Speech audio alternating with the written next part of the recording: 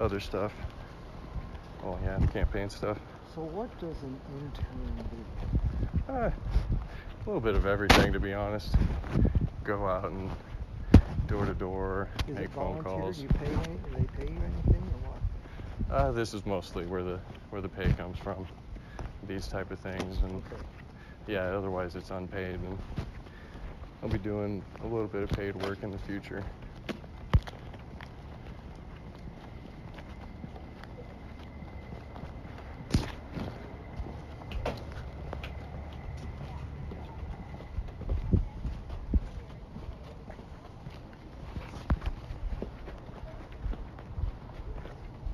Well, it's nice to have a little cooler day. Certainly.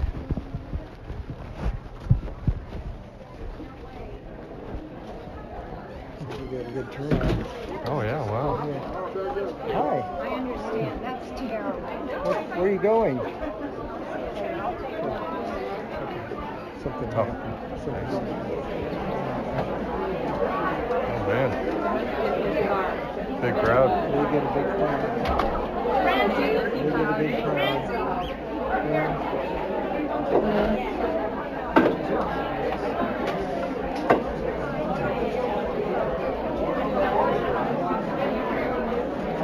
Need a drink? Sorry. I think we're standing around right now. Yeah. One thing about Republicans have to stand. Oh, that's funny. one thing Hi. Are you a son or I something? still can't get Oh, I'm a family friend. A family friend. I just graduated from University of Oregon, so he heard Really? that I was interested in politics and said, "Oh, well, this will be a good educational I prefer experience." Corvallis. Oh, I've seen so many beavers, outfits out here. I wouldn't doubt that. Really? Yeah, I come from out in Puyallup, and when I go to the gym, I see at least 10 people out there wearing their beaver stuff, and it's just great. No, well, I love it there, and I love the people, and UFO is way too left for me. Oh. Way. Yeah, no, there's Sorry, a lot of ideas out there. I've been there. Oh, I spent 4 years there. I know what you're saying. Yeah. I've got a former PCO person on the Democrat side. I can go see her. Okay. I don't know if he A wants lot me of to go with him. engineers at Corvallis. Yeah. I mean, I much prefer. Yeah, no, for certain. There's a lot of agriculture going on in Corvallis too. Oh yeah, absolutely, and that was what I was in. Yeah. Oh, really? So what did you practice then? Well, no, I was. By the time I moved up there, I was retired, but I was a certified arborist, and I was on the board for the Master Gardeners and whatever. I mean, I was there a lot. Awesome, thank you so much. I pretty much do. Oh, really? Gotta love Skagen. But I'm against poison. Yeah, nobody wants to get poisoned, do they? I worked at UCLA in the plant physiology lab. Well, they were developing, and I had to spray it a few times. 2,4,5-T. You know what that is? Okay, you're not a bio person. No, it seems like I studied everything, but I didn't study enough, I guess. I was I'm sorry. double major, double minor in political science, sociology, business administration, This was plant environmental. physiology. Yeah, exactly. And of course, it's a little farther. Out of my realm. But at any rate, 2,4,5-T became Agent Orange. Okay. And Crossbow, which they've been using here, has an iteration of 2,4,5-T. They claim it's not toxic, but it is. You read the label, and it's toxic as hell. Yeah. Excuse me. And if you know what you're looking at. If you know what you're, yeah. I suppose. I get that. Yeah. I'm sorry. I just. Oh, no worries. So my ag people would some of them wouldn't like me. There are a few of us. Well, there somebody standing here? Oh, I was just hanging out there. Well, so am I. So that's why I just Awesome. want to make sure I had a spot to stand. Cool, totally.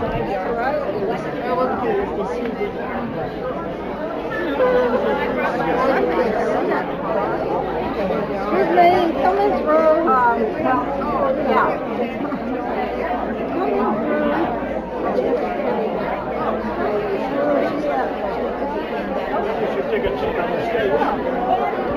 Pardon me. Sorry.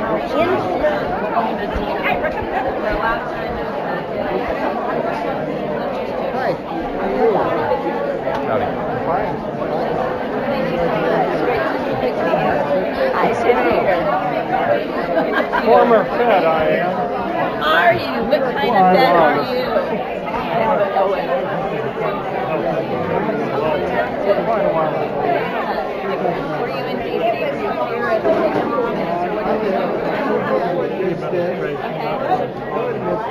I'm not here for that.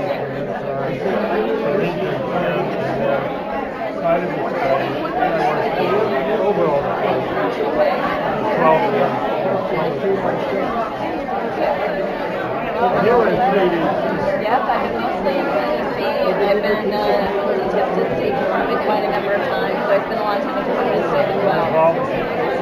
I have been, off and on, back and forth from domestic to global. A lot of what I've worked on is the President's Emergency Management Agency, so that big global program that is actually coordinated out of the Department of State. Looks like they're splitting up some more chairs up there. They only put out the chairs they can find.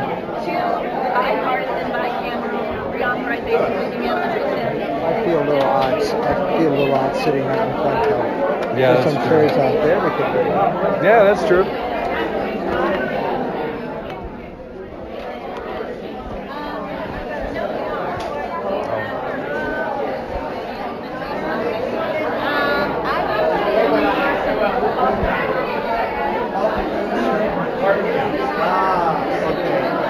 Looks like they're getting a bunch.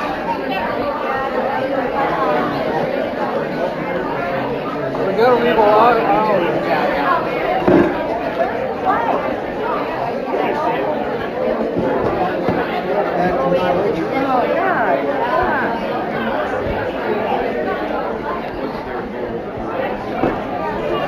Excuse me. Want a chair? Sure. There you go. I want it for my wife, though. Okay, well She'll be there's two sitting right down here. in a minute. Yeah. How about here? Right here? Where should this one go? I put it. Yeah.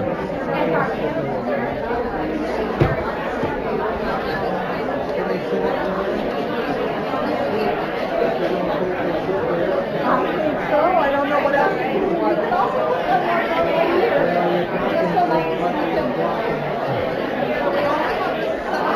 Yeah, I know this is insane. But it's good. Yeah. We've never seen it like this. It was last time. It was really there were 95 people last time, but this time there's got to be over 100. We might be over the All right. Should we go to the back area or up here in the front? I'll or- go back. Okay. I'm saving this for my wife. That's the doorway. Oh, I put that one there. I am, yeah. Why? There's six chairs up You hear that the floor plans are bad? there. I'm trying to keep everybody safe. Oh, okay. These Democrats are not safe. We're not safe. I mean, we're safe because Trump got elected. Oh man. Am I blocking you here? No. I'll let you get by. We're back. Stand right here. I don't know. I'll sneak in this corner here. Maybe you could sit on the table. Well, there are more chairs up there. Let's see. Oh, What? Hey, beautiful. Oh, your husband's looking for you. And I told him, don't sit down. So that's an emergency. But there are 3 seats up there. I know, but everybody has timid. I would, but I'm not sitting because I want to go inside. Kathy's saving you a seat. All right. All right. There are 3 seats on the platform up there. On the platform. You can sit there. I don't need Be famous. Oh, I'll sit there. Not easy. Hi, I am back. There are 3 seats up on the stage. If everybody wants to sit there.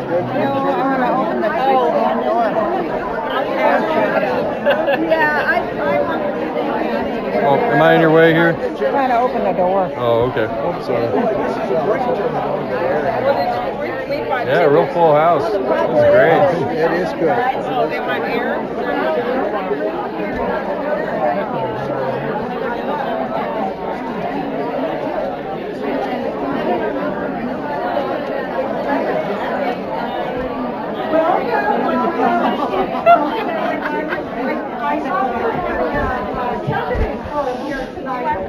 I just know we were going to be doing crowd control.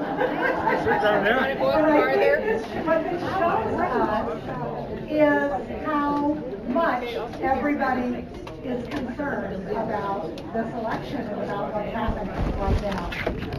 I'm very excited that you're all here.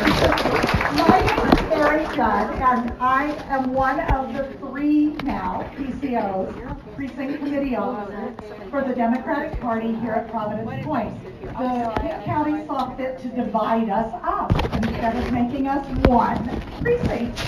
So we now have Marge Liddell, who has been and will continue as the Precinct Committee Officer in Forest Village.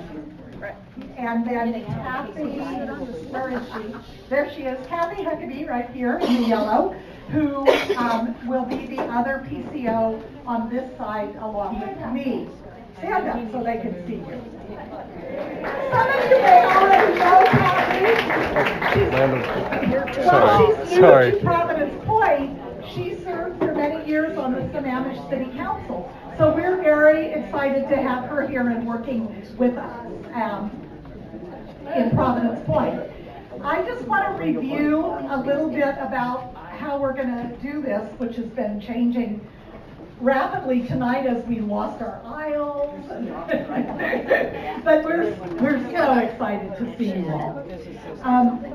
We will be the questions that we're going to be using, and I think it explains that on your little sheet that we're on most of the chairs when you came in.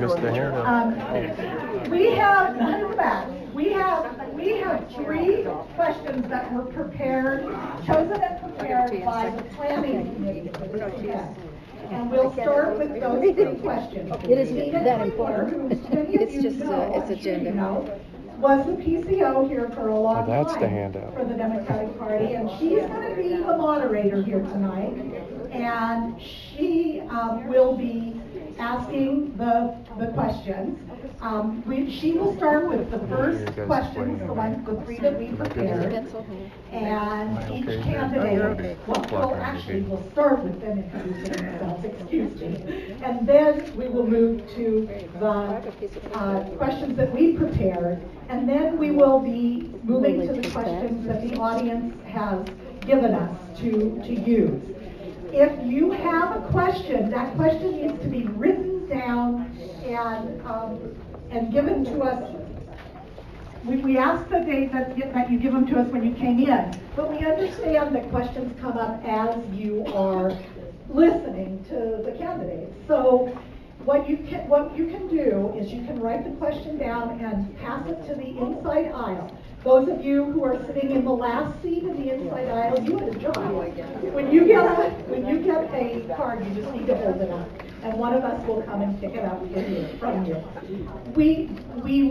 I want you to know that if we're asking you for questions. If your question is is more of a political statement and not a question, we won't be using it. We are looking for questions tonight, okay? So, if you, and the other piece is that obviously we're not going to get to everybody's questions. What we're going to try to do is combine questions. We'll be looking at them, and if we have 3 or 4 questions that are around Medicare or something like that, a specific issue, we'll try to combine them. So you may not hear the wording that you put on your card, but we're going to do our best to address the issues that the questions are raising. Does that make sense to everybody? We kind of have to do that given the numbers of people we have here. Yeah. So I think that's all I need to tell you at this point.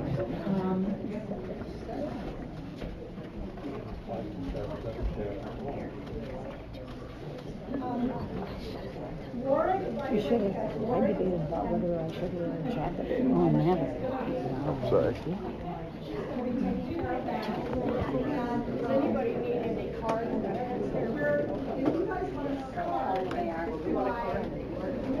Can't hear you in the back.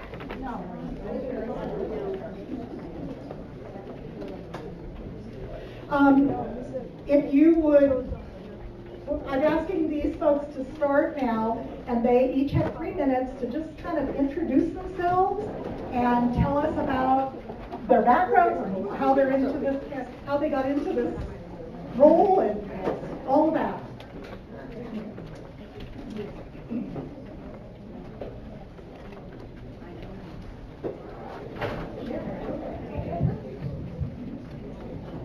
Good afternoon, everybody. Good afternoon. All right. It is such a privilege and a pleasure to be with you today. I'll start by introducing myself real quickly. I am Shannon Hayter, and I'm running for U.S. Congress for that seat that Dave Reichert is stepping down from, and the one we're going to keep Tina Rossi out of. So I am an Auburn girl, 5th generation in the area, 3 generations of Union family members. Dad is a Navy vet and a Boeing guy. My mom taught dance and art at community and senior centers where she still volunteers today. I graduated from Auburn High School, and I went off to Stanford and became the first person in my family to get a 4-year degree.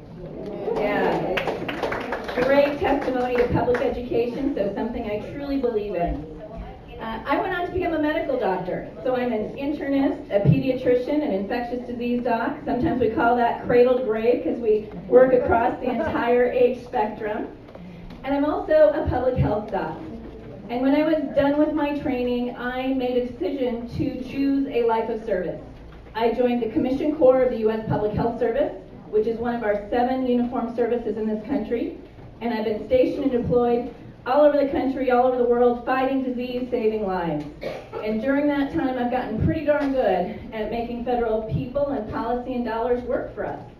And the reason I'm running for this job is I just don't see them working for us right now, right? And we don't have any time to waste in turning that around. My last job, I was back at Centers for Disease Control and Prevention, or CDC, running our Division of Global HIV and TB. And that's a really big program. About 2,000 people, 45 countries, $2.4 billion a year budget that I manage with transparency and accountability, driving outcomes and quality up, unit costs down, and at the time I left, I and my team had contributed to more than 2.2 million babies being born HIV-free across this globe who otherwise would have been infected, right? And you all should be applauding yourselves for that, because that could not have happened were it not for the generosity of American people, and frankly, our commitment and our ingenuity as Americans saying that we will come together to lead the world in doing something that no one thought was possible, transforming the face of the world for HIV. And that is a successful bipartisan program in this day and age, right? Gone through 15 years, 2 reauthorizations with bipartisan, bicameral consent, and it's still going strong. And so I'm also a true believer that we can work together to get away from just these 40,000-foot all-or-nothing divisive policies and work together on issues that we do agree on, that matter to our day-to-day life, to improve things. We'll have a lot of time to talk issues today. Hopefully some of you caught my op-ed in the Wenatchee World a couple of days ago about the aging of America, because I have put a lot of thought and focus into what we can do for our senior populations, both now and into the future, and I look forward to talking to you about that. Thank you.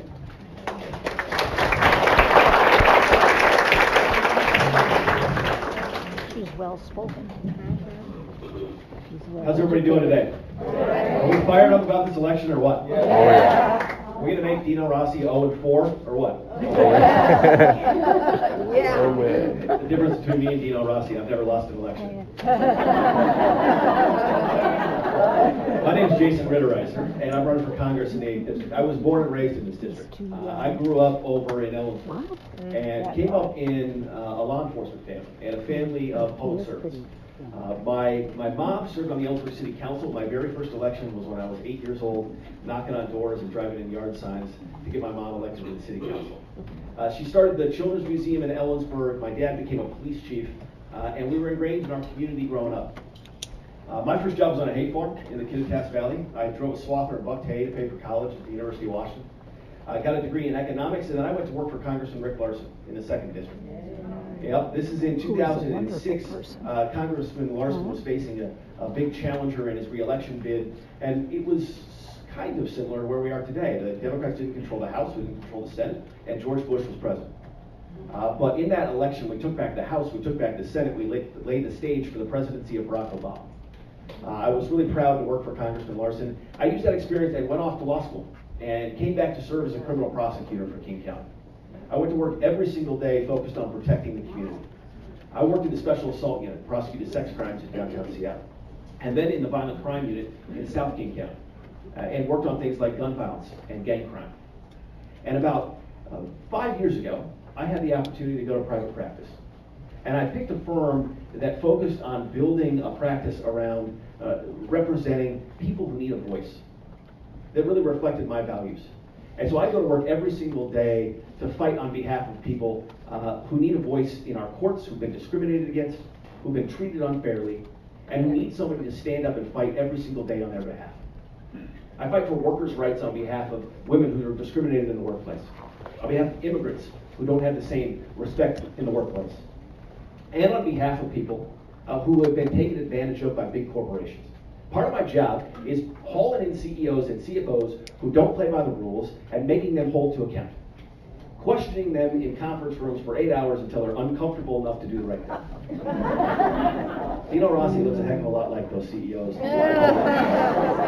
You know? But here's the thing. Since I have had the right to vote in this country, we have been at war. We have gone through the worst recession in 100 years. Our climate is rapidly deteriorating, and pretty much the only thing that has happened is that we have built a government that benefits really, really big corporations and really rich people. Most of the people I grew up with, most of the people here, our voices aren't being heard. We're not being represented in a government. I'm running for Congress because I think it's time for the next generation of leaders to step up and take on our challenges. Donald Trump just stood on stage on foreign soil and declared allegiance to the Russian Federation. I'm here to take him on. I'm going through Dino Rossi to get to him, and I'd love to have your support. I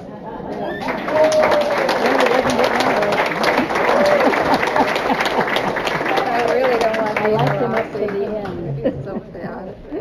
Whenever they go in. So you gotta talk right into it, Totally you don't hear unfair. you. Oh, really? Did you hear that? The You're supposed to talk right into it. is what he says. There's also So 3 it chairs sounds up even here. worse. So if somebody wants to grab a chair. I will keep the microphone.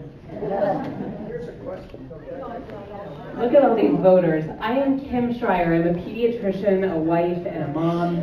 I live just up the street, and I have been living and working and taking care of kids in Issaquah for the past 17 years. And over 17 years, I mean thousands of them and lots of families. It was never in my life plan to run for office. This was never my plan, but the 2016 election was a huge wake-up call for me and for a lot of people. And so I did what a lot of people did. I stepped up. And I marched and I protested and I went to bat for the patients in my practice. The morning after the election, my son came downstairs. He looked at my face and my husband's face and he said, "Uh-oh, does this mean we have to move to another country now?" Anybody else have similar conversations? But you can see right away that politics became incredibly personal. Personal for me as a mom, personal as a woman seeing attacks on our reproductive rights, personal as a person with a background in science who worked at the EPA and sees environmental destruction and cutting of funds to the EPA and the FDA and the CDC that protect us. Personal as a human being, seeing attacks on immigrants and civil rights and human rights and the truth and our free press. And personal me, of course, as a pediatrician and a person with a pre-existing condition who understands what it means to worry about health and health insurance and what it means when you don't have health insurance coverage. So I went to bat for my patients. I stepped up when that first Trump care bill came out. I went and met with Dave Reichert's office, explained all the ways it would be terrible for my patients and for the people in this district and people all across this country. And days later, he voted for it in committee, and I was ticked off because we all deserve better. We deserve representatives who will stick up for us and fight for us and remember who voted them into office. And we can do so much better. So I am stepping up for my patients and their families because I'm worried about their health and their well-being under this administration. And because I understand that health and well-being depends on a lot of things. It depends on healthcare, yes, but it also depends on whether we have clean air to breathe and clean water to drink. It depends on whether we have public lands that remain truly public and whether we take care of our environment. It depends on our public education system, and it depends on Social Security and Medicare and whether we have health care for all because it is a human right.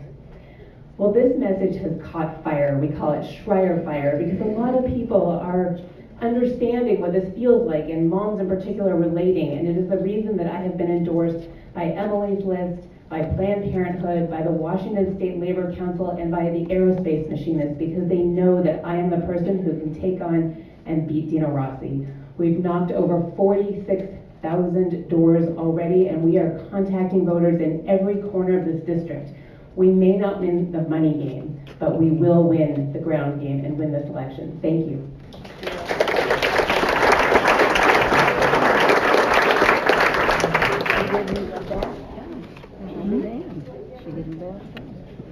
Okay, now those of us on the committee that organized this, and oh my goodness, there are 3 chairs up here, or 2, that you could pull down and sit in, and put them someplace. Go right ahead. Anyway, so we did some questions, some of which you've already sort of covered, but we'd like to ask you to respond to them in the fashion on the paper here. So we'll start with the first question. Which we'll hear from Shannon first, and then Jason, and then Kim. So here's the question. What will you do in Congress to protect Medicare and to protect and improve the Affordable Care Act?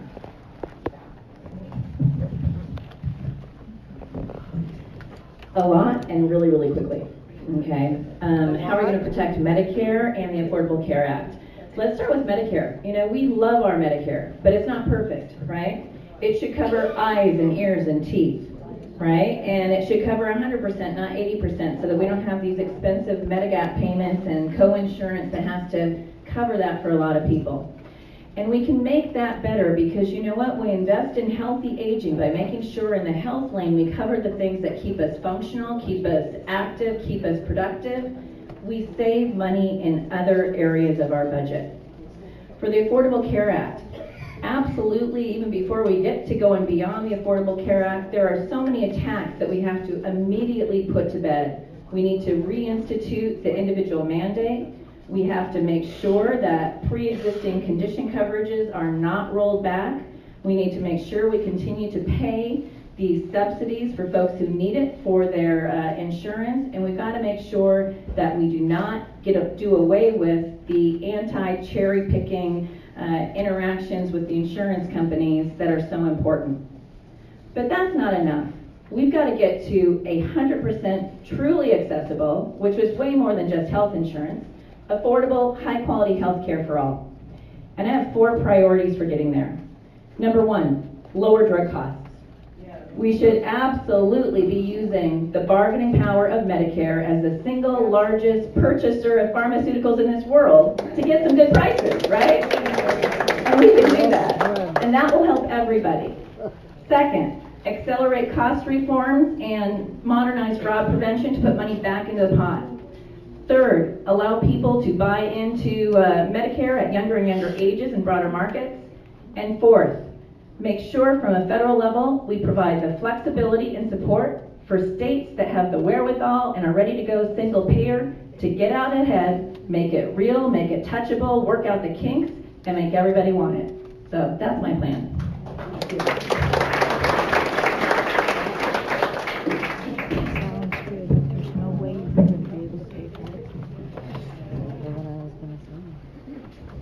I believe that healthcare is a human right.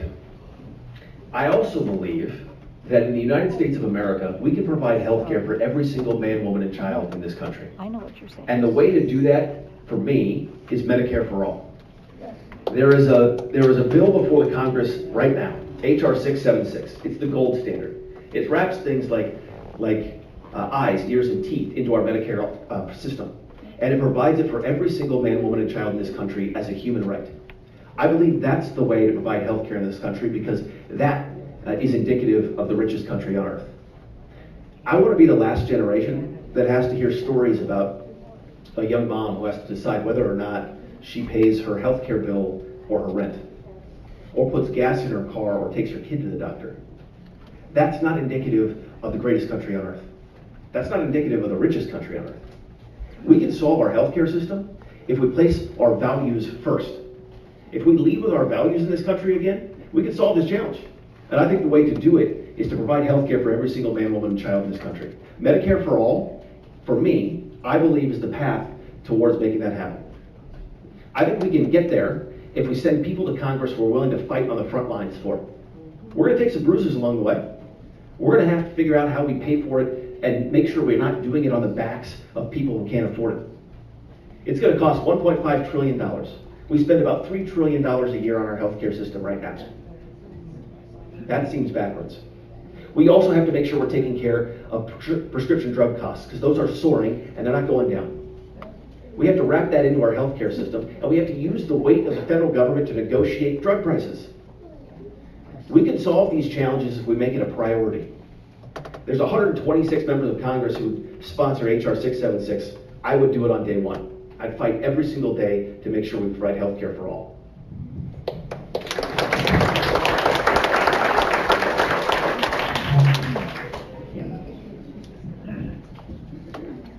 Well, I went into medicine to take care of patients, and I've spent the past 17 years working in what is a very broken healthcare system.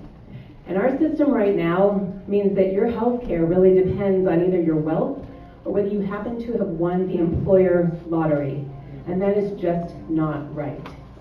I want to live in a world where nobody has to think twice about taking their child to the doctor because of cost.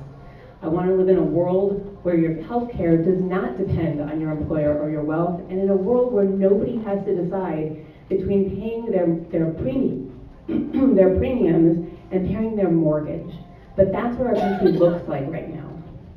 I have moms crying in my office because they cannot afford their premiums. I want everybody in this country covered, and like many people, I believe that Medicare for all is the way to get there. The problem is that we can't wait. That will take years to roll out, and in the meantime, we have to do something because my patients can't wait. So I have a comprehensive healthcare plan that explains things that we could do tomorrow to make our healthcare system better. And this has 3 pillars. The first pillar is having Medicare as a buy-in public option.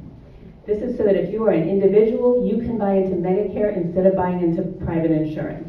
If you are a small business owner, you can buy into Medicare instead of buying into private insurance. This will bring down costs across the board and give people an affordable option. And for those who cannot afford to pay even on a sliding scale, there will be subsidies. Cost will not be a barrier. The second pillar is keeping the ACA and the protections that go with it, so people with pre-existing conditions and people over 50 are protected. And the third is to bring down costs overall, and this starts with the cost of prescription drugs, because we are all feeling this and we need to be able to negotiate their drug costs and pay no more than our Canadian neighbors pay for their medication. Thank you.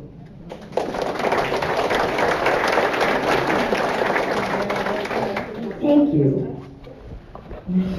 Okay, now we have a question on Social Security. As our representative, how would you address the multiple challenges facing Social Security to improve access and long-term fiscal health? And yes, we start with Jason this time. You know, the GOP plan has been pretty clear from the beginning. Paul Ryan's talked about it for literally decades. His plan was to cut taxes for really big corporations and really, really rich people. And then once he got that bill through, he would turn and look at how he could cut spending on things like Social Security and Medicare. Earned benefits. That's the scheme. It's been in the works. They got through the tax plan that they wanted because they controlled both houses of Congress and Donald Trump. Now, we know how important this midterm election is, because if we don't take back control of the House of Representatives, they're going to try to force down cuts to Medicare and to Social Security and to fund their tax bill on the backs of people who can't afford it. That's backwards. Here's how we shore up Social Security. You know, if you make about $128,000 a year, you just get to stop paying the tax into Social Security? That's crazy. Literally, if you just make enough money, you can stop paying the tax. That's backwards. The slogan is scrap the cap. If we remove the cap on contributions to Social Security and tax all income for Social Security contributions, it will make Social Security not just solvent, but put it on strong fiscal footing. That's the way that we ensure Social Security is sound for future generations. Because here's the thing about Social Security: when it was first created, it was made to be a supplemental income in retirement. But now, it is a primary source of income for most people in retirement. People are struggling to get by. People are struggling to get by because we have built an economy that benefits the rich people and big corporations in America, and not people who need it. We have to focus on economic policies that create prosperity in this country from the middle out and not the top down. That's the type of fight we're going to have in the 116th Congress, and that's why we have to win this election.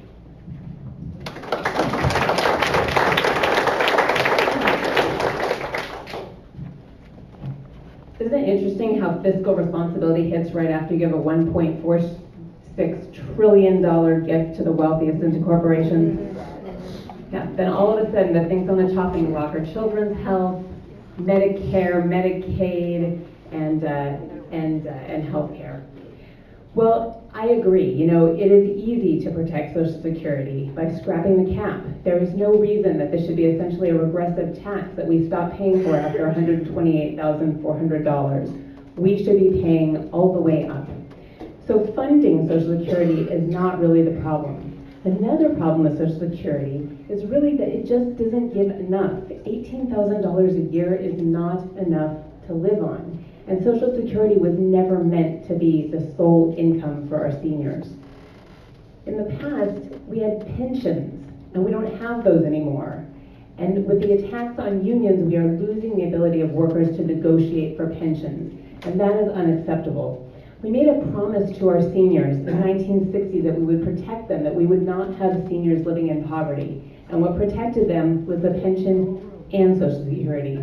We can fund this, and we need to fund this, and that is not an acceptable chopping block item. It is an earned benefit that we all pay into and we all rely on. Thank you.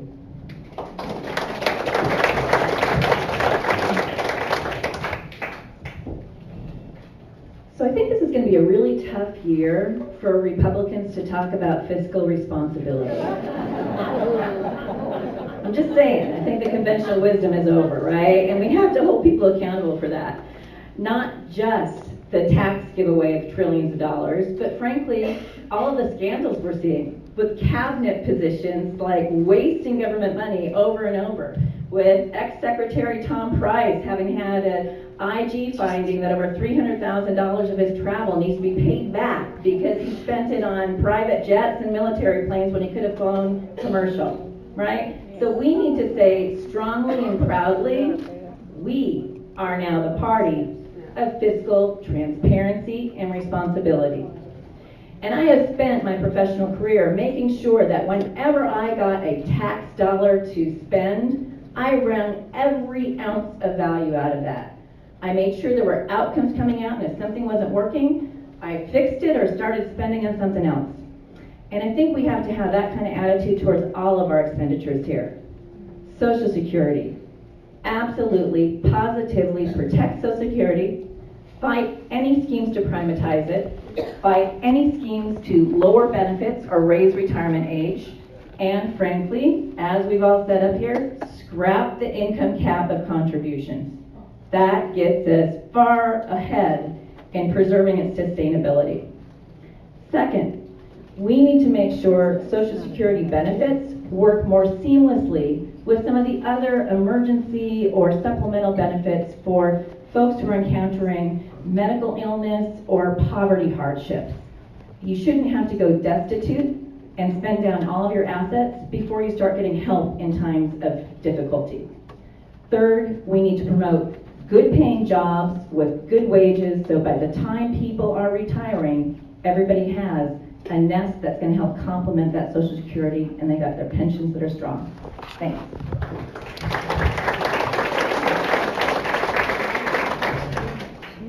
Okay, the third question that our group put together is, we are aware that the 8th Congressional District is critical.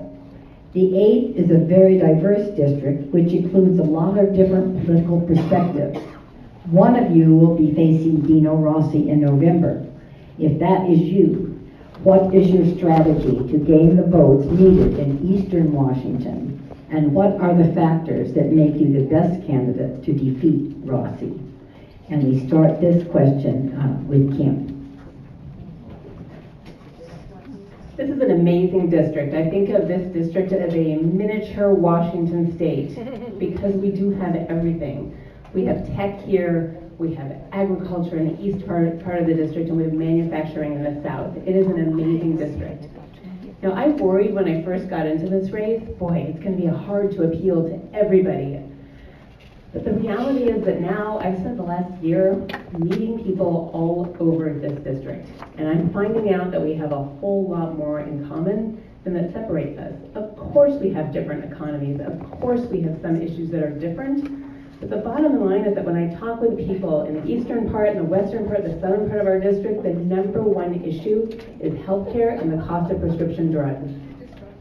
Right up there at the top is also immigration and infrastructure and our opioid epidemic. In addition, the cost of housing and what our young people are going to do to be able to afford a house when they come out of college bankrupt. And these are issues that I can speak to as a pediatrician and as a mom and somebody who has been working with the families in this district for the past 17 years.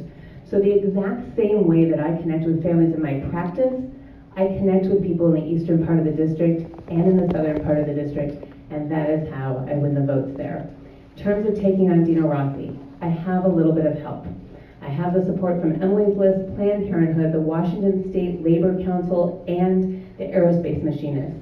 These are the same groups that supported Patty Murray and Christine Gregoire and made Dino a 3-time loser. We're going to make him a 4-time loser. Thank you.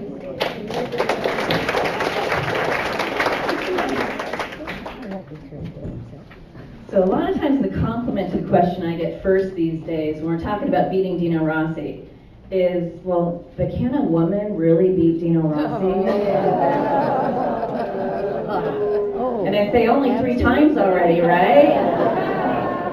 And that's true across this district here. So let's talk a little bit. You know, Dino Rossi is going to be tough.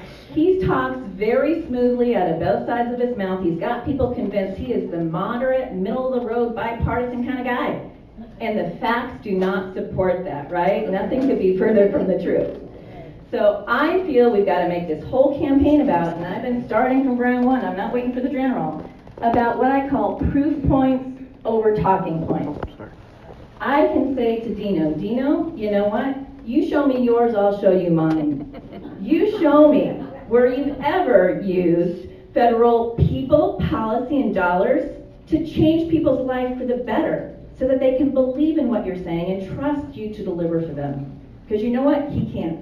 Because I'm the only candidate in this race that brings that proven track record of producing results with federal people, policy, and dollars. And in terms of Eastern Washington, that resonates. Because across this district, people are sick of lack of action and lack of results in Congress. They want results. And along with that, essentially, I've been doing the work. I have launched my field program very early on under a commitment to the people. I've been doorbelling myself up, down, back, and forth across this district. That is why I have received the endorsement of every single legislative district and county district Democratic group who's endorsed in this race so far. And in 12 out of the 15 of those endorsements, it's been a sole endorsement for me as the candidate who can beat Dino Rossi. I don't think there's been an endorsement that's come out east of the mountains since I've been in the race that hasn't included me. And certainly around the Wenatchee area, whether it's the steel workers or the Latino community leaders, they've picked me as their candidate to rally behind to beat Dino Rossi. Thanks.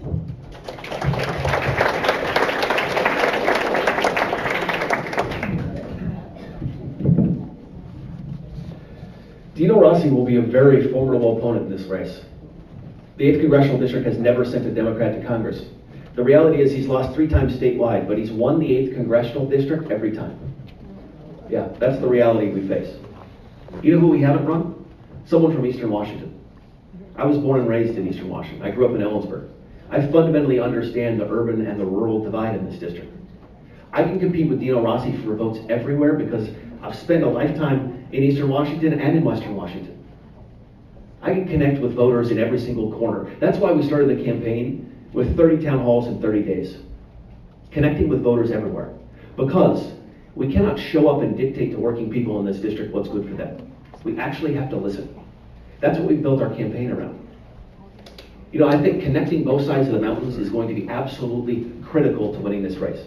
I have also spent a career at the intersection of law and policy and fundamentally understand how laws affect people in their everyday life. I've actually represented people and stood on the front lines and fought for them when they needed a voice. I'll have a generational debate with Dino Rossi as well. You know, my favorite fact 2 weeks ago is that the RNC came out with their young gun candidates. Well, they included Dino Rossi. I want to have that debate with him. And here's the reality. The only independent poll in this district commissioned by Democratic House leadership asked this question. Who can beat Dino Rossi in this district? I was the only candidate to beat him. I beat him 50-46. I beat him with independent voters by 26 points. That's because I can connect both sides of this district.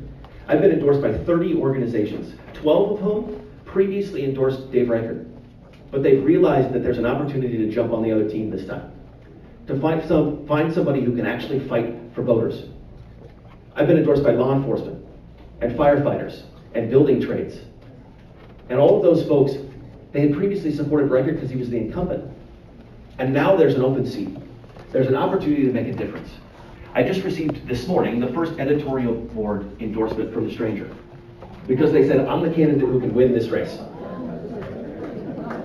That's a big deal because here's the thing. We have to win. We have to win. That's the most important thing we can do, and we have to take back control of the House. And I'm the one who can do it. Thank you.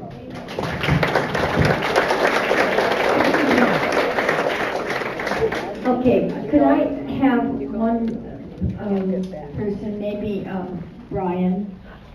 Brian? Could you wander down the center aisle and...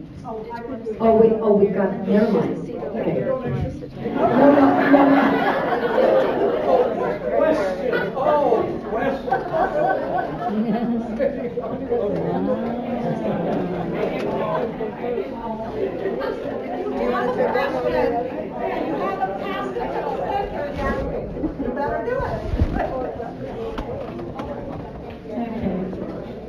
Now, a lot of these questions that you've handed in cover some of the same things that we have discussed, but some of them have not.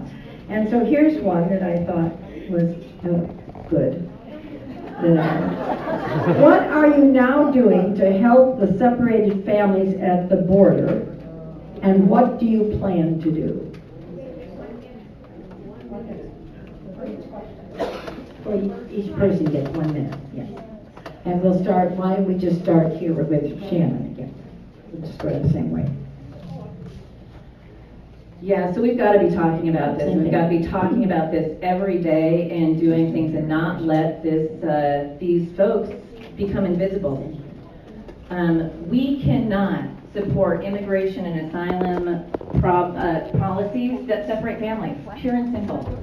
And as the purple district we are across this big district, red to blue, I can tell you, folks want families to stay together. They want our communities to be stable. They want a clean and clear DACA bill. And they want a pathway to citizenship that is transparent, predictable, and doesn't separate families. So when it comes to current separations, this is a nightmare. It flies in the face of all of our values. So what am I doing about it right now? Number one, like everyone, I'm talking about it. Number two, I am calling for action, and when I get up on the Hill, I will be fighting for action from HHS, from oversight, to find those babies they haven't been finding. It should not have taken more a month to get 100 kids reunited with their families. We have to not just stop what's happening right now, but we have to try to heal the divides we've made and the harm we've done to these families and get them back in line. And that's going to take funding, people, oversight, and demand.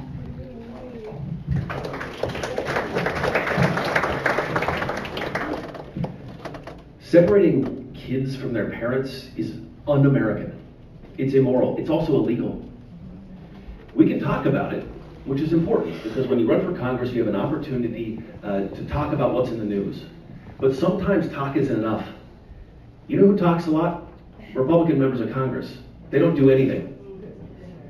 When you have an opportunity or an expertise to take action, you have to do it. That's why I launched a nationwide pro bono legal effort to stand up and fight for those immigration officials who are willing to be conscientious objectors, not follow law, because federal law protects federal employees from engaging in illegal conduct or being directed to engage in illegal conduct. We got some recognition because of it. Rachel Maddow talked about it on her news program, and as a result, we've had hundreds of legal experts across the country, lawyers, professionals, stand up and join our effort. We have helped file whistleblower claims to the Office of Special Counsel to combat it immediately.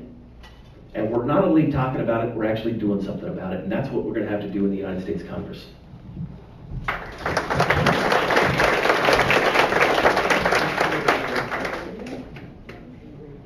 Yeah, this is just horrifying. I mean, to me, this just recalls some of the darkest moments in world history when parents are separated from children and children from parents. This is not only un-American and inhumane, this is detrimental to children and their development. I've wondered at times, what role does a pediatrician have in Congress? And what I've seen over this year is that it really does matter, whether we're talking about healthcare or DACA, whether we're talking about children separated from parents. These are issues that a pediatrician can speak to. This is why several publications, including Medscape, have contacted me, because there are no pediatricians in Congress for them to consult with about what this does to children's brains. When you expose people to stress, like the stress, we grow from it. Moderate stress, we can get through. Toxic stress in a developing brain creates pathways that children never recover from. It creates a fight or flight mechanism. It makes them hyperreactive. It makes them regress in their development, and it affects them for the rest of their lives. That is what a pediatrician speaks to, and that's where I get the bully pulpit.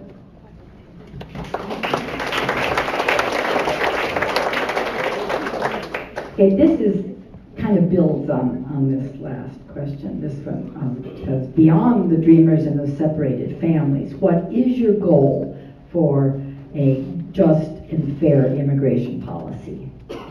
More specifically. It's not enough that we just protect dreamers and pass a clean DACA bill. It's not enough that we reunite kids with their parents who are being separated at the border. We have to pass comprehensive immigration reform. And to me, what that means is we have to base our immigration policy on 3 foundational principles. 1, we do not separate families. Number 2, there is dignity in immigration. They are part of our economy, they are part of our communities, and we need to protect them and treat them just like we protect and treat our neighbors. And third, we need to recognize that we are a nation of immigrants. I believe that there needs to be a clear path for those folks who are undocumented in our communities to citizenship. That's 1. 2, We also need to make sure we pass strong border protections, because free-flowing immigration does not work for any country or anyone.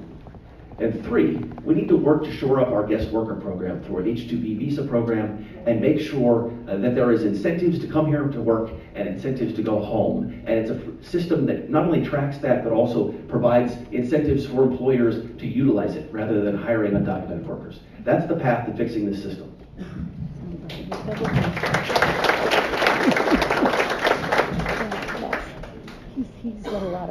We are a nation of immigrants. We all came from somewhere. And we need to recognize that and understand that the strength of our country, the strength of our economy, the strength of our culture is that we all bring something new and a different culture to the table. What we have seen over the past months, even years, is that we have a broken immigration system. And what we're seeing now is what happens when you enforce it in the most draconian of ways, the separation of children, the threats to our dreamers. The system is broken. My child's best friend, his family comes from India. They have had to renew their H-1B visas 4 times in order to get to a green card. This administration is discussing limiting the number of times that you can renew, which ultimately trains people here, makes them experts, makes them great workers, and then exports them to another country for their benefit. We need to fix a broken immigration system. We need a path to citizenship for the 11 million people who are here and who have been working and paying taxes in this country, and we need to enforce secure borders with a high degree of humanity.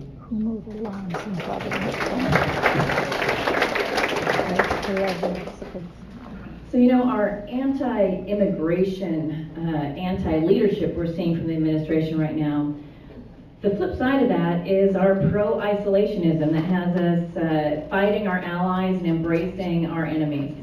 And they're two sides of the same coin, because they both are against one of our core values, which is here in America, we are stronger, safer, more prosperous when we unite, when we embrace people and ideas and make stable communities. So I will absolutely fight for a clear pathway to citizenship, comprehensive immigration reform that is predictable, that is transparent, and that does not separate families or destabilize our communities. And when I talk about this, in our farthest red parts of our district even, I get very high support. Some of our most Republican orchardists, they do not want their workers' families destabilized. A lot of their long-term workers have green cards or citizenship, but not all of their families with them do. And they say to me over and over and over again, for communities that share our values, share our workers, share our families, share our religion, we need to protect them, we need to fight for this, and we need to keep our families home. And I'll fight for that too, with a big umbrella.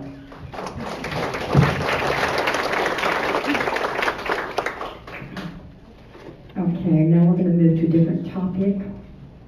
What is your stance on gun control and assault rifles? Sort of an easy question.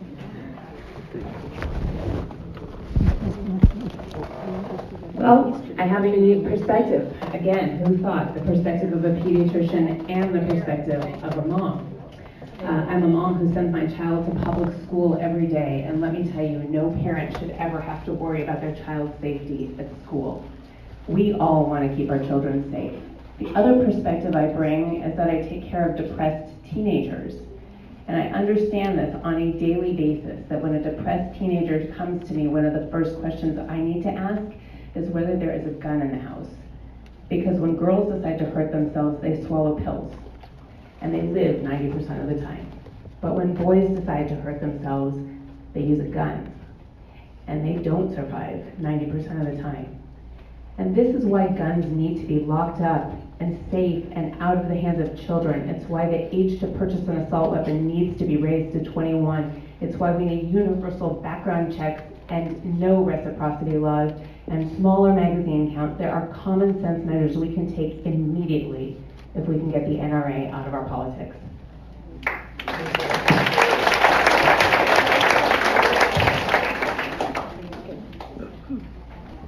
So as a pediatrician and a public health expert, including someone who's worked up on the Hill a year after Sandy Hook and saw so many failed opportunities to improve our gun violence prevention, I bring a lot of unique experience and perspective to this response.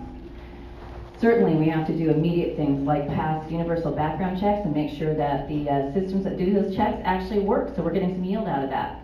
I am for reinstituting the 1994 ban on assault weapons and the entire sort of large magazines of patrol weapons. But as important as anything, I want to drive a comprehensive public health response that recognizes that, number one, we're talking about murders and accidents and suicides, with 2 to 3 suicides per every death by assault. And number two, we've been fed a myth. We've been fed a myth that somehow we can't both have gun rights and also decrease death by guns. We can. We did it with cars. We kept cars and we decreased death by motor vehicle accidents by doing public health research that identified seatbelts and speed limits and airbags.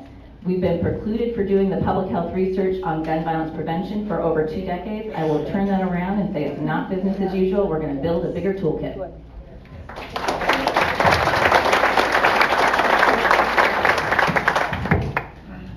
Solving gun violence in 60 seconds is particularly tough, but I'll be quick. Here's the thing. I was born and raised in Ellensburg and grew up in a family with guns. I grew up in a law enforcement family. And I've also worked as a criminal prosecutor and put people in jail for committing crimes with guns. I've seen the devastating effects of gun violence in our communities. We need strong voices who are going to go to Congress and actually push measures through. In the United States right now, you can be on the no-fly list, literally declared a terrorist, and still buy a gun. That's crazy. That's crazy. We have to use everything we can to pass access measures, meaning universal background checks and restrictions on who can get guns, but that's not enough. Because just access measures doesn't solve gun violence. We also have to work on intervention. Washington State's the only state to be doing that now, where the extreme risk protection order process is funded and we actually have a team going out to take guns out of dangerous hands before it's too late. We need a national program that reflects that.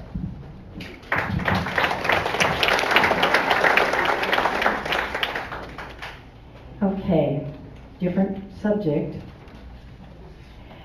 Trump has directed agencies to reduce municipal union influence and reduce staff. How should Congress respond? You mean municipal unions? Yeah, well, we're solving all this stuff so soon.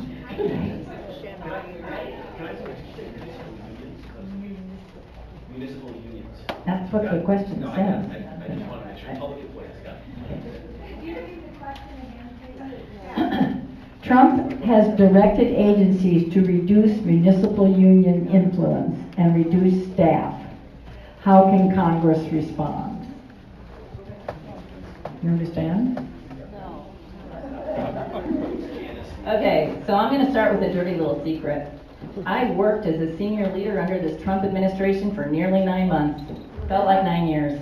But as a senior leader at CDC, I have to say, it's even worse than the question you read.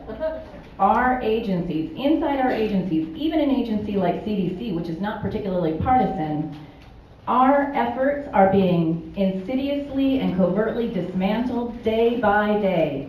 Decisions are being slow-rolled. Money is being blocked from going out the door, even though it's been appropriated by Congress for a mission. And yes, we're blocking the hiring of experts. We need to build successful programs, so it's a setup for failure, and a year later you can cut all those programs.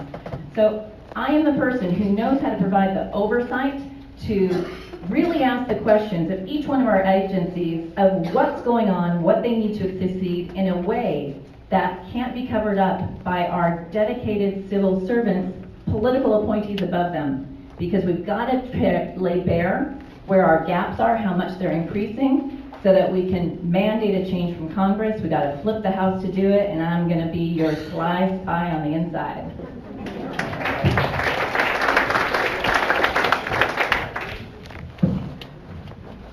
This is about the fact that unions are under attack in America. The right to work movement is eroding protections for union workers across the country. And we just saw the Janus v. Afsman decision come down from the Supreme Court that further erodes municipal union employees, state employees, federal government employees. Their ability to collectively bargain is under attack. It has been for years. We've forgotten in this country that the reason you get a lunch break is because unions collectively bargained it. The reason we have a 40-hour work week is because people banded together, formed unions, and fought for it. You know, in the Democratic Party, if you used to carry a lunch pail to work, you were a Democrat. That's not true anymore. We have not done a good enough job as a party standing up and opposing this right to work movement and fighting for union employees. That's what I want to do. I want to fight for working class people, and it means taking on an administration that's trying to undercut unions and the right to collectively bargain. What they're really trying to do is take workers' rights away. That's the movement. It's a movement that's coming from the executive, from Republicans in Congress, and now the courts. And we have to fight it on every single front. I understand it. I've been fighting on it, and I'll fight on it in Congress.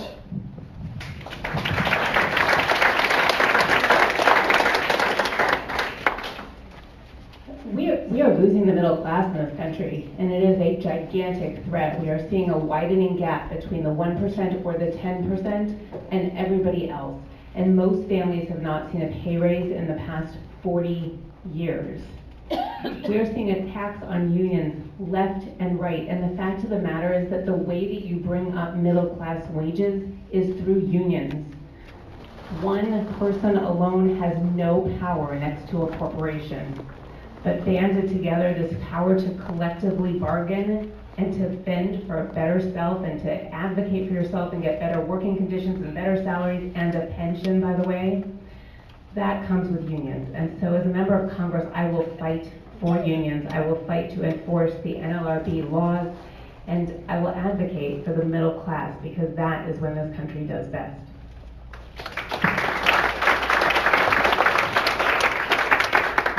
And now to one that is near and dear to my heart. This is a question about what you're going to do to protect the environment,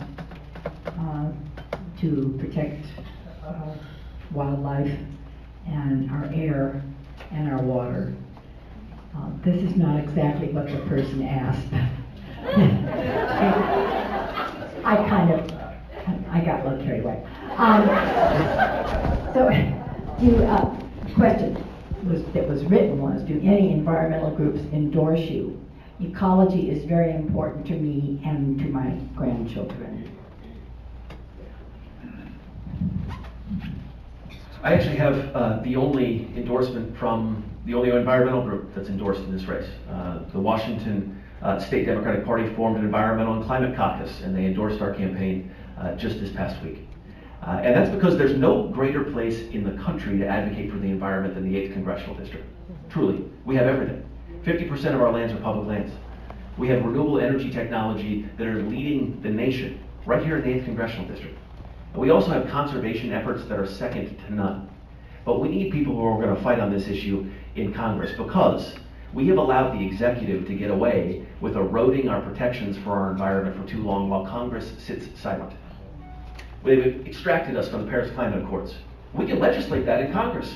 We can stand up and pass a law on emissions. We can pass laws around capturing carbon, dealing with carbon emissions in this country, and reverse the devastating effects of global warming. We're going to deal with this. We already are. What we need is leadership on this issue, and it's got to come from the Senate of the state of Washington.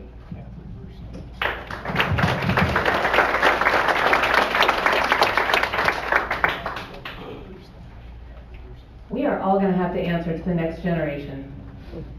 As a pediatrician and a mom, I really consider it an injustice to children everywhere across this planet that we are not stepping up and taking the responsibility to address our changing climate.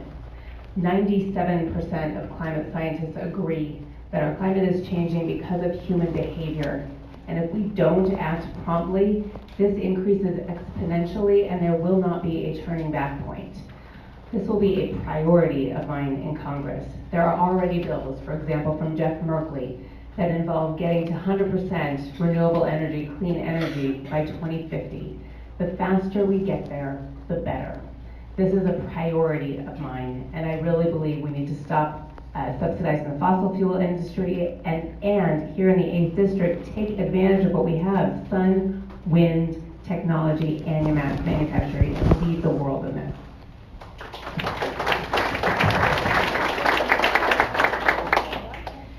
So when I'm talking about our district to folks outside the district and even outside the state, I have a luxury of describing us as a purple district, right? Because we are very much purple, Republican and Democrat. We got purple families. but we are a purple district that is entirely green. People are so connected to our lands, the more than 50% public lands, the dependence on our weather and our soil for our agriculture. We really defy the national idea that somehow green is blue. Green is purple, and we should be at the table leading the way forward for our country and changing the dialogue. I have 3 priorities: protect, mitigate, and innovate. Protect our public lands to make sure they stay public and aren't contaminated for the good. Second, mitigate the effects of climate we're already experiencing, from forest fires to weather irregularities, so that we're not asking individuals to bear the risk of what are a social problem. And third, recognize with our wonderful, air, wind, sun reserves, technology, workers, the best world-class workers that can transition to a green economy. We should be leading the nation and getting federal investments and supports to innovate our way forward to a green economy. We should be leaders, and we will be.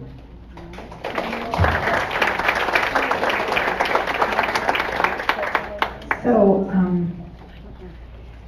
this was just flipped on here, and it sticks with this last question. And this question says, will you support legislation to combat climate change, such as the Paris Climate Agreement, or even something else specifically, yay or nay?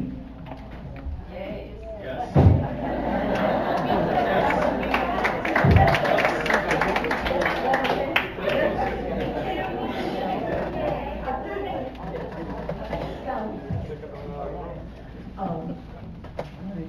Now, this came in earlier, but it kind of fits, because you're going to have a lot of people on the opposite side in gun control and unions and environment and so forth. So how would you leverage your position as a U.S. representative to advance the legislation that we want?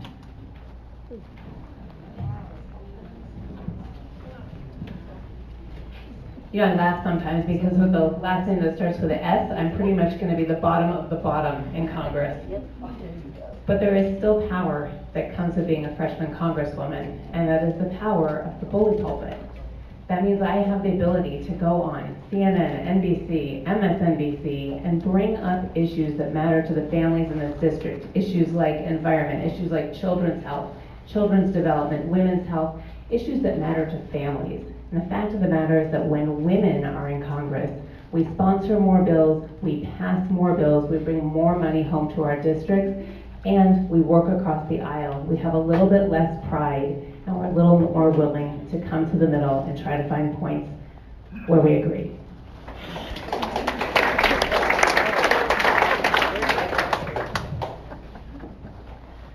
So I'm all about getting things done. I bring as I mentioned, professional track record of getting things done, and a lot of that has to do with coalition building. And coalition building and bipartisan results, frankly, aren't all about getting along and having consensus and like smart, rosy, kumbaya moments. They're about strategy. They're about identifying a goal that we can agree on, not requiring a purity of motive for reaching that goal, and plotting out a way forward that has some early, specific, measurable wins that build trust, build commitment, and lead to that next investment going forward. I've got experience doing that in health, and I'm going to apply that to the other things that are important to us going forward. In addition to that, I spent a year on the Hill, as I mentioned, as a Robert Wood Johnson Health Policy Fellow. So in addition to understanding the role of legislation, I understand the rest of the toolkit, even as a freshman congressperson that I have. That includes, the power of oversight, the power of the purse strings, appropriations, convening power, constituency services, and all those have to come into play to getting things done, keeping a finger on the pulse of what people need, and moving forward together. So thanks.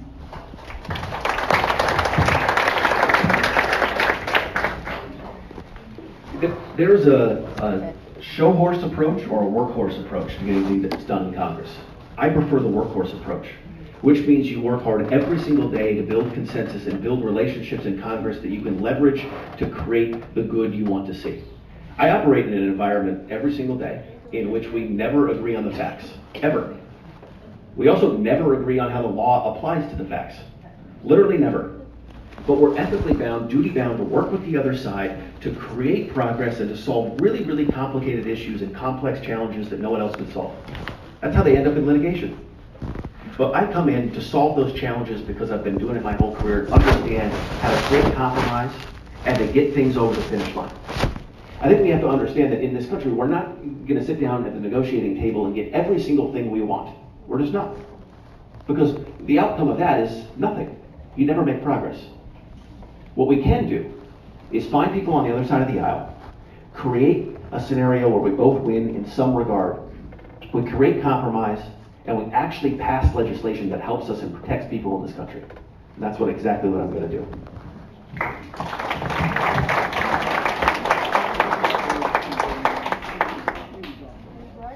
This also is a rather environmental question as well as okay. How will you engage with Native Americans to ensure that they are involved in the decision-making process on policies that affect them? For example, the pipeline through their land that is affirmed by the Constitution and frequently not honored. Make sense? Okay. Who starts? I've lost track. You're doing better at that. So, I've already been engaging with our tribes. Everything from participating and talking to the Democratic Tribal Caucus to reaching out to every single tribe in our state, not just the ones in this district. But I'm going to give you a more non-traditional answer than that as well, which is I have spent about half of my professional career working globally, working with sovereign governments, ministries of health through our ambassadors, directly with ministries and presidents and foreign governments, to negotiate ways forward to support programs that deliver for the people that they're responsible for. And I believe that frame of diplomacy, is exactly the frame that needs to be applied for how I help to work with and support our tribes. These are sovereign governments that work within our shared communities, and frankly, they deserve the respect, the engagement, and the response that they've earned by being the original custodians of our land here.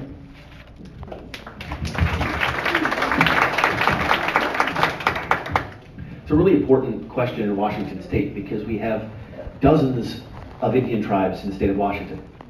And Native American tribes and Indian nations are just that. They're sovereign nations that we have to respect at the congressional level and approach policy considerations with them at the table. I've actually been endorsed by Senator John McCoy. He's a member of the Tulalip tribe, and I first got to interact with him in 2006 when I worked with Congressman Larson's office. My first opportunity to interact with our Indian tribes in the state of Washington and to understand how they approach policies and things that are critically important to them. We have to make sure in the United States Congress that they have a voice and that they're at the table. They're at the negotiating table when we're creating policy. And that means when we're doing things like negotiating environmental policy that could have devastating effects, or when we're pushing pipelines, which we shouldn't be pushing pipelines anymore, but when we're negotiating where pipelines go, they're at the table because that affects exactly where their interests lie. I think creating a partnership that's based on the understanding that they're a sovereign nation, that's critical in order to get things done.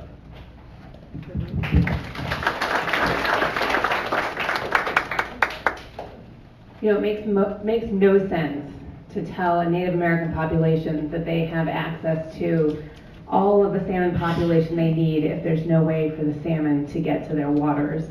And that is why this matters so much. It is because our impacts on the environment have created a scenario where those salmon are not available. I am really pleased that Initiative 1631 has incorporated the needs and the wants of the Native American population because that is critical and we owe them at least that much. In addition, there's a House bill that is talking about the Lower Snake River Dam. And they just passed this one to make it so that you cannot divert water for the streams if it impacts the amount of energy created from that dam. This is inappropriate and clearly was not taking into account what this means for our Native populations.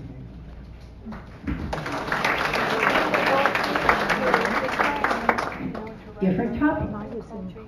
What are your plans for defeating the opioid problem? In 60 seconds or less. Here's what we've done wrong. We've treated the opioid crisis and use of heroin in this country as a criminal justice problem. We've literally laid it at the feet of prosecutors and law enforcement officers and first responders and said, solve it as a criminal justice problem. That's not how you solve a public health crisis. I've seen it as a criminal prosecutor. Putting people in jail who are addicted to narcotics does not make them not addicted to narcotics. It punishes them for a health crisis. The way to solve this problem is to treat it as the public health crisis that it actually is. That means we have to invest money in the solution. Money needs to be invested in treatment centers. It needs to be invested in ensuring that if we can get them off of heroin, off of opioids, and get them onto things like Suboxone and some of these new drugs that are being used to treat this crisis, that we pay for it, that we make sure it's a lasting solution so that there's not a constant relapse. Putting them in jail and in custody doesn't solve this crisis.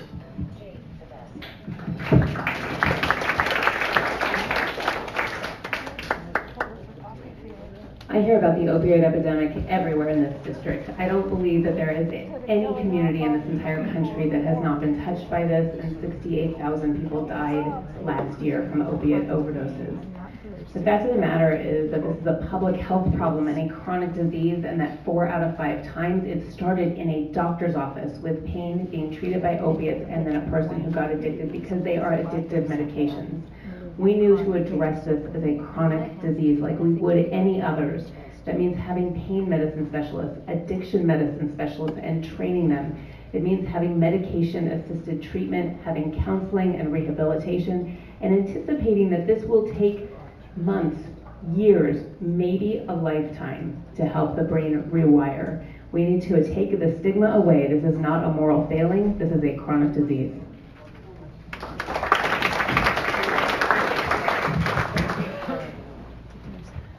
So when President Trump came out with his plan of attack on the opioid epidemic earlier this year, I published an op-ed that you can find on my website, drshannonforcongress.com, that is titled 4 Approaches to Combating the Opioid Epidemic That Are Better Than the Death Penalty, because that was part of his strategy, okay? So what are the 4? 1, treatment, treatment, treatment. We have got to make treatment truly accessible. That means investing in treatment programs, but also reducing the bureaucratic barriers that reduce access, particularly in our most rural areas. Second, we've got to make sure people stay alive to access treatment.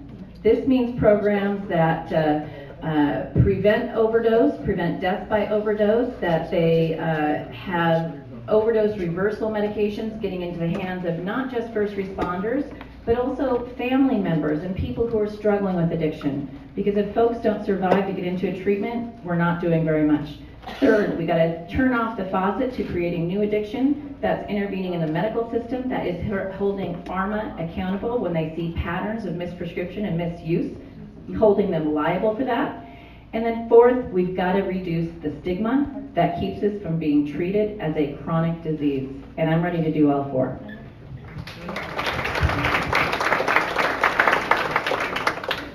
Okay, we're going back to your opponent here.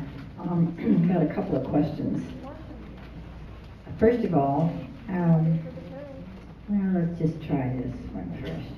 Since it appears that your opponent for this congressional seat will be Dino Rossi, if you had a question you would pose to him on any debate, what would your question be? And what would your answer be? You want to think about that?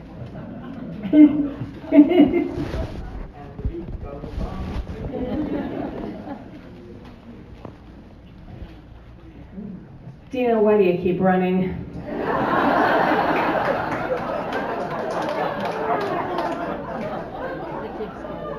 My answer to that question, I have told you why I'm running. I'm running to be a voice for the people in my district and the families that I take care of. I don't know why he keeps running. I don't think he's a good fit for this district. I think at a time when we are worried about health and health care, about our environment, about the opioid epidemic, my goodness, about reproductive choices, this is the time for a woman pediatrician mom who has been endorsed by Planned Parenthood and Emily's List, to go and speak to the interests of the people in this district.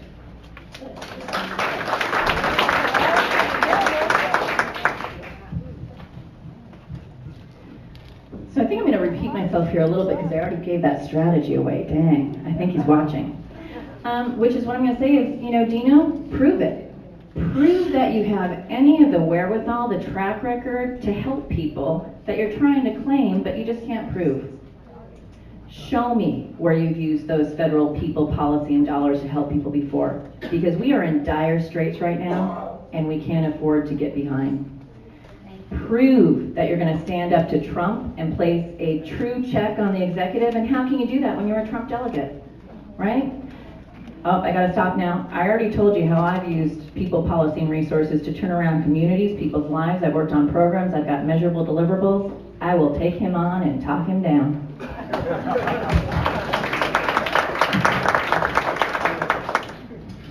I get to ask people questions for a living, and Dino looks a heck of a lot like the CEOs I haul into those rooms and ask questions to hold to account. And so here's how I'd start. Why, Dino?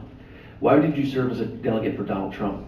Why did you vote to take health care away from 46,000 kids in our state? Why did you vote against our LGBTQ neighbors? Why on earth did you take an appointment to the state Senate and hold up school construction? Why did you hold up construction for affordable housing?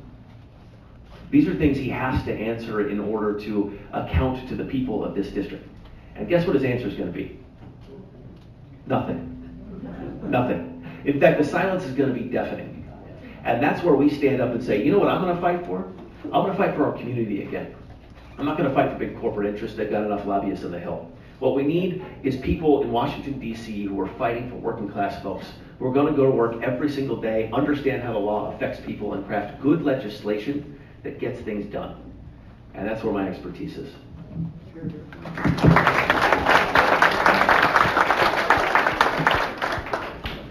What would you do about the homeless problem?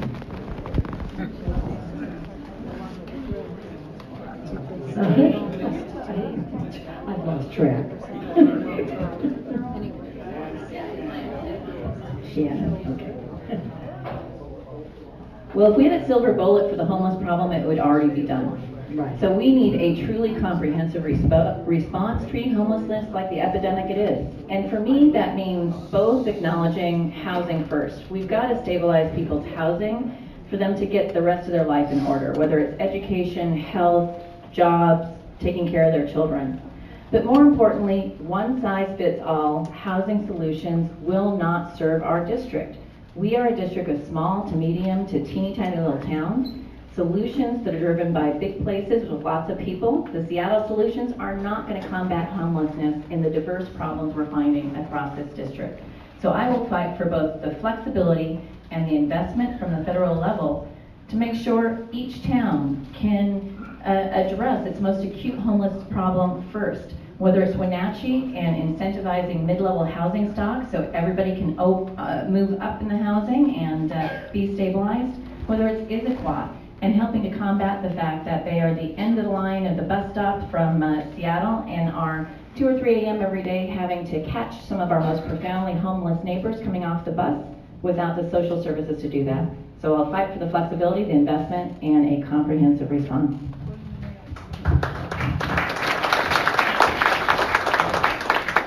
This is an issue that I care deeply about. 2 years ago, Governor Inslee appointed me to the State Advisory Council on Homelessness. We were charged with looking at statewide approaches to solving homelessness. I was appointed at the end of a decade, 2-year period, in which they said they're going to solve homelessness in 10 years. How'd that go? Right? I think it's because we're just now starting to understand the complexity of the problem and the solutions that we need to roll out.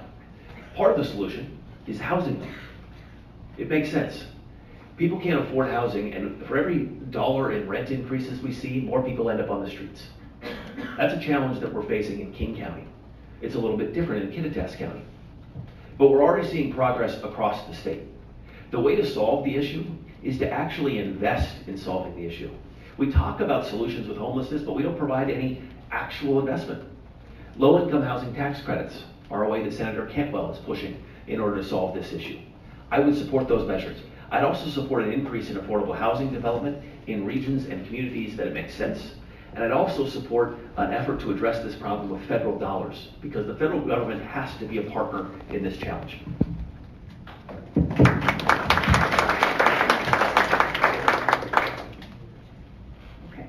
I think of homelessness as two major groups of homeless people. One is homeless families, a lot like a nurse that I worked with at one point. She had been laid off from her job, she lost her apartment, and then while she was working in her next job, she and her daughter lived in a car because they could not save up enough for a first and a last month's rent in an apartment. That's a travesty. For people who are working, we need affordable housing. We need to build starter houses and incentivize the building of 1,000 square foot houses instead of McMansions. We need to have creative financing and affordable housing and subsidized housing. In addition, we need to bring up wages. We need to bring up middle class wages and bring up the minimum wage, because nobody working a 40-hour week should have to live in their parents' basement or not be able to put food on the table. The other group of homeless people needs counseling, drug rehabilitation, and housing, because just putting a roof over their head helps tremendously, even just with their physical health. Thank you.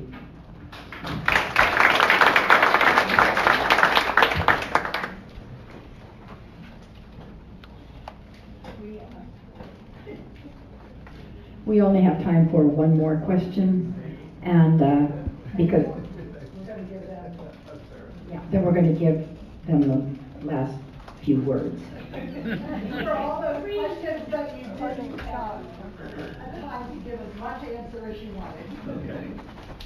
What, if anything, would you do to get rid of Citizens United?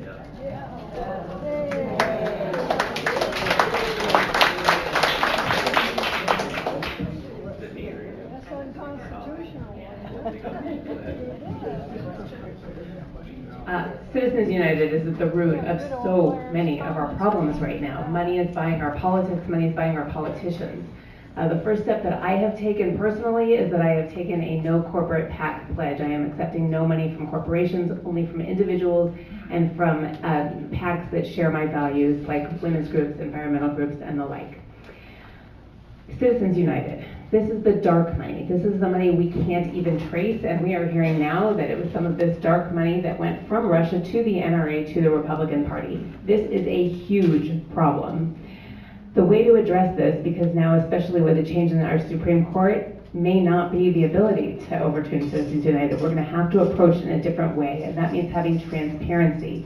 Laws that require revealing who contributed to a PAC and how much money, so we can follow the money and know where it came from and how our candidates are being supported. We have far too much money in our politics.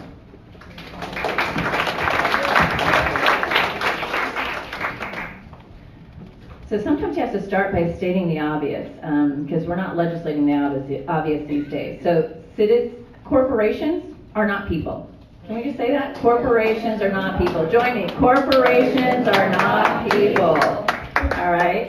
But it's going to be a lot of effort and a long time to overturn Citizens United. It needs a constitutional amendment. I will stand up and fight the long haul for that constitutional amendment, but I'm not willing to wait until we get there to start making a difference.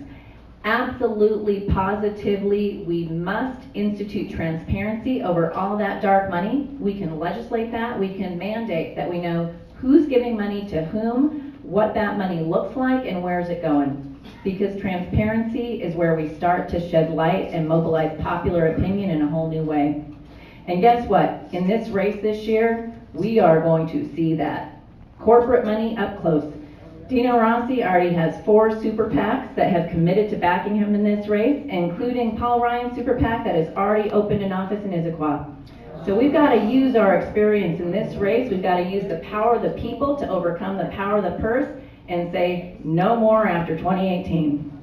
I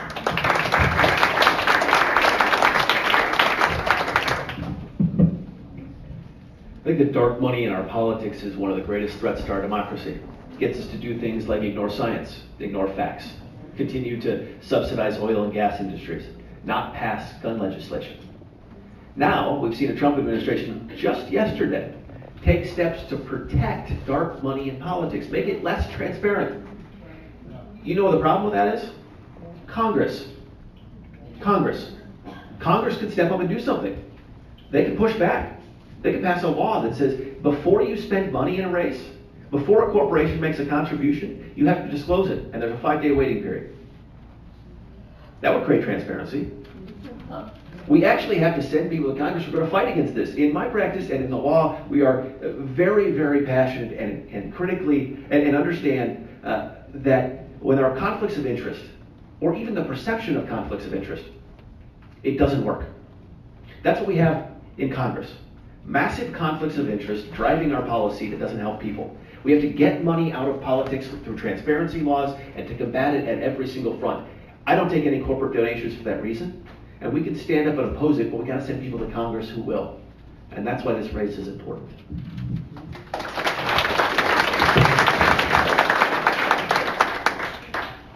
Okay, we wanted to end because we know that the 1-minute limit kind of made you have to really squish your answers. And my bet is that there are questions that were asked that you want to say a little bit more about. So what we're going to do now is give each one of you 2 minutes.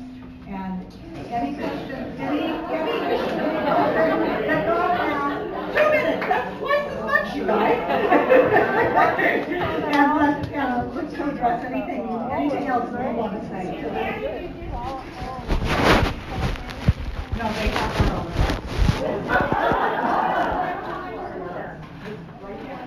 Their final word, 2 minutes.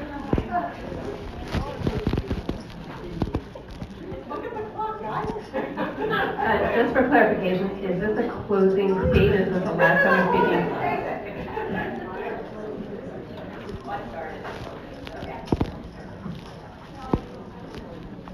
Wow. Well, I just want to talk about how important this election is.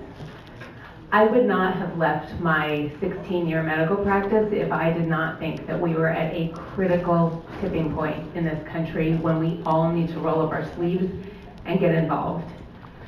I believe that if we don't take back the House, we are going to go further down this road that is really scary. It's a loss of our democracy, it's xenophobia and racism.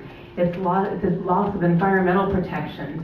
It is all of the worst instincts in our country that we are trending towards right now, and that is why this election matters so much. Elections are all about choices, and it is going to be one of us against Dino Rossi. And I believe that I am the one who can take on Dino Rossi, because in those choices, the ones I hear about all the time, the answer is clear. It's who are you going to trust with your health care? Is it going to be Dr. Kim Schreier, who's been taking care of children and who already has a comprehensive health care policy out there ready to bring up in Congress? Or is it going to be Dino Rossi, who has voted to take health care away from women and children? And who are you going to trust to stick up for women's reproductive rights? Is it Kim Schreier, endorsed by Planned Parenthood, who you know will advocate for women's reproductive rights in this era when we may see an overturning of Roe v. Wade? Or is it going to be Dino Rossi, who would rather have homes for unwed mothers like they had 100 years ago? Who are you going to trust with our environment? Somebody with a background in science or somebody not?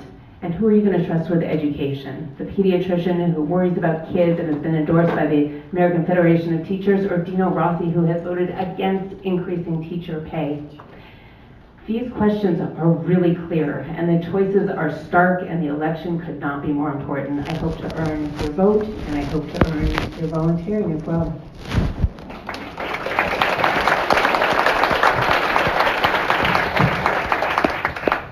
Thank you so much for the opportunity to chat with you. You know, if only we had the voter participation that you all display every single year, we'd be fine. Now here's the thing, there are 23 districts across the country that we have to take back in order to control the United States House of Representatives, 23. There are 23 seats in which Hillary Clinton won a district where a Republican member of Congress currently holds office. We're one of those 23. 23. We're gonna be the last swing district in the country to count on election night. No pressure. Here's the thing. This is not a Seattle suburb district. This district is South King County and East Pierce County in eastern Washington. It's a district that is small town, rural, working class folks. It's a district that I understand. I was born and raised here. I've spent my career fighting for the people who live in this district, serving to protect people as a criminal prosecutor, and then going to work every single day to be a voice for working class people who've been discriminated against, taken advantage of. And I've done it by standing up to powerful interests. Donald Trump stood on a stage just a couple days ago. He literally declared allegiance to Putin over American law enforcement. That's un-American. This election is about our democracy. This election is about standing up to a Trump administration that is hell-bent on burning this place down. We need to send people to Congress who will fight every single day to protect our democracy, who will stand up to an administration, and who will fight for people again. I want to be the last generation that deals with the crisis of gun violence in our schools. I want to be the last generation that has to hear stories about a mom who can't pay her health care bill. I want to be the last generation that deals with the devastating effects of climate change. We can solve these challenges if we send good people to Congress. It's time to stand up and vote for people who will fight every single day and be dogged about it. I would love to earn your support. I can beat Dino Rossi in this race. I can beat him with every single vote. I beat him with independence. I beat him in Eastern Washington because I understand the urban and the rural divide, and I'll fight every day in Congress for you. So thank you so much.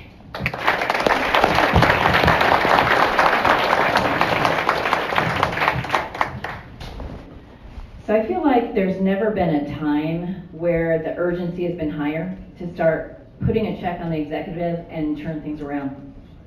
So I'm the candidate who has the experience and the community connection to start to turn things around and hold President Trump accountable from day one, because we can't afford to wait.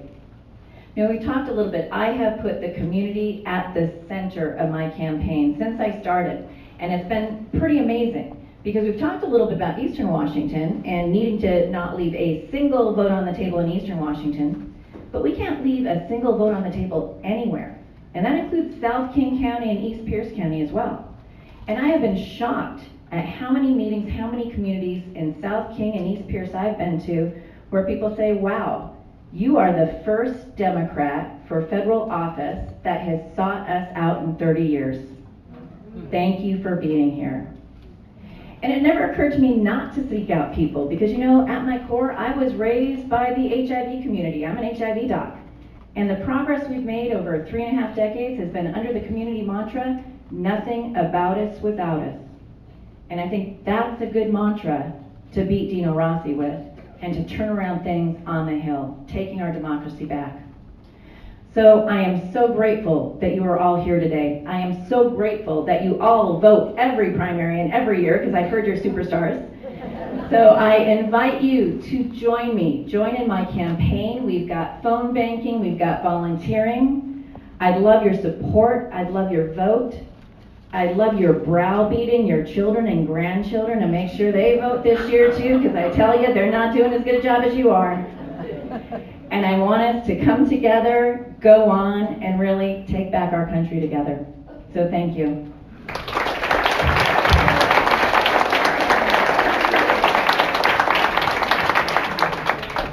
Thank you to the three of you for coming and answering all the questions, and thank you to all of you who came up with some pretty amazing questions. I mean, that was really good. We want to let you know that we will be having another forum on the 17th of October, and one of these three will be, I hope, returning to that forum. And that also, I'm looking around at this room and being amazed at how many folks here are clearly strong Democrats, and I didn't know you. And so one of the things that we've talked about doing is in February, after we get through this whole thing, we want to have a gathering of the Providence Point Democrats, you know, like a wine and cheese, get to know each other kind of evening. That's separate. Because I think that building that sense of community here is a place for us to start in our work with whoever wins this election. So thank you for coming, and I have. We hate making a choice. Okay, any parting words from anybody, any of the organizers that want to say something?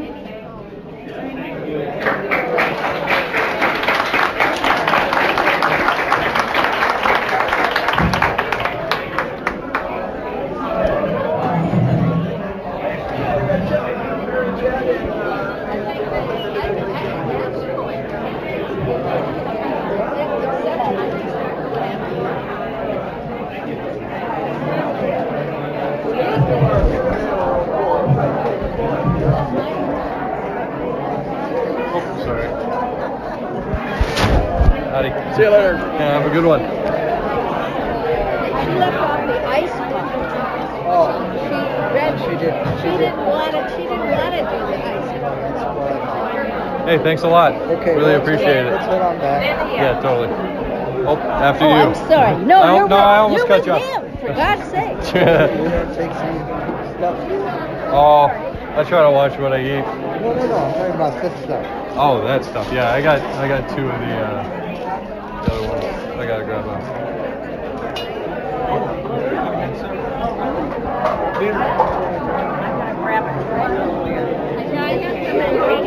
No, I set up 90% of it, then I get it.